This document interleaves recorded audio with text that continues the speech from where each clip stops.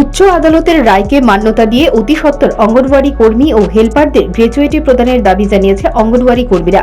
শুক্রবার এই দাবি নিয়ে সমাজ কল্যাণ ও সমাজ শিক্ষা দপ্তরের অতিরিক্ত অধিকর্তার নিকট এক ডেপুটেশনে মিলিত হয়েছেন মজদুর মনিটরিং সেলের অন্তর্গত ত্রিপুরা অঙ্গনওয়াড়ি কর্মী সহায়িকা অ্যাসোসিয়েশন। সংগঠনের দাবি, চলতি মাসের 9 তারিখ উচ্চ আদালত রায় দিয়েছে অঙ্গনওয়াড়ি কর্মী সহায়িকাদের গ্র্যাচুইটি প্রদান করতে হবে। এ বিষয়ে রাজ্য সরকারকে কার্যকরী পদক্ষেপ গ্রহণ করার নির্দেশ দিয়েছে উচ্চ আদালত।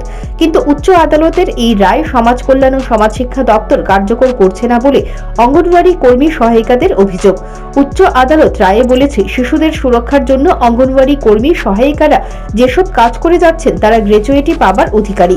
তারা অত্যন্ত দায়িত্ব নিয়ে কাজ করে যাচ্ছেন, তাদেরকে রাজ্য সরকার কিছুতেই গ্র্যাচুইটি থেকে বঞ্চিত করতে পারবেন না। তাই উচ্চ আদালতের রায়কে মান্যতা দেবার দাবিতে ডেপুটেশনে মিলিত হয়েছেন বলে জানিয়েছেন সংগঠনের রাজ্য সভানেত্রী মঞ্জুরা চক্রবর্তী।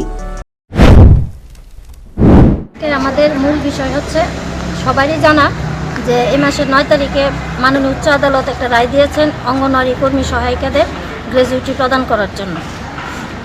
20 জন আপাতত কেস করেছে, কোর্টে আরও কেস রয়েছে, প্রায় 100-এর উপরও কেস রয়েছে। কিন্তু 20 জনের রায়ের ভিত্তিতে, কারণ এক যাত্রা তো আর পৃথক ফল হবে না, তা আমরা আশাবাদী যে ওই রায়ের কার্যকর যাতে সময়ের মধ্যে করে দপ্তর, তার জন্য আমরা আজকে সাংগঠনিকভাবে দপ্তরের কাছে দেখা করতে এসেছি। তাছাড়া 20 জন ব্যক্তিগতভাবেও প্রত্যেকে তাদের রায়ের কপি জমা দিয়ে গেছে। আর তারপরেও আমরা আজকে সাংগঠনিকভাবে উদ্যোগ নিয়েছি যে দপ্তর যেন এই কাজটা খুব দ্রুততার সঙ্গে শুরু করে, তার জন্য আমরা আজকে ডাইরেক্টর মহাশয়ের সঙ্গে দেখা করতে এসেছি। যদিও আমাদের ডাইরেক্টর মহাশয় ম্যাডাম ছুটিতে আছেন, ডেপুটি ডাইরেক্টর স্যার আমাদের ডেপুটেশন নেবেন। কি চাইছেন আপনারা?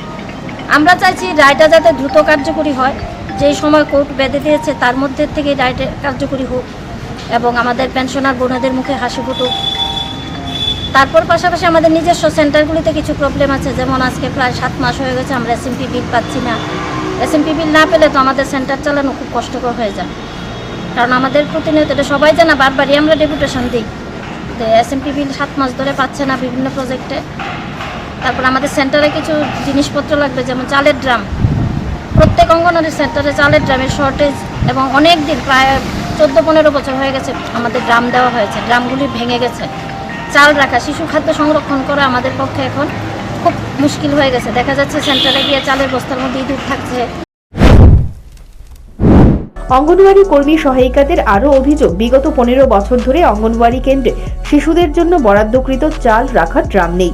চাল ইঁদুরে খাচ্ছে, কিন্তু চাল পড়ে গিয়েও নষ্ট হচ্ছে।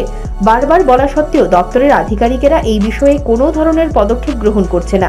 আধিকারিকেরা মুখে বলছেন শিশু খাদ্য সুরক্ষার কথা, আর কাজের ক্ষেত্রে করছেন এর বিপরীত।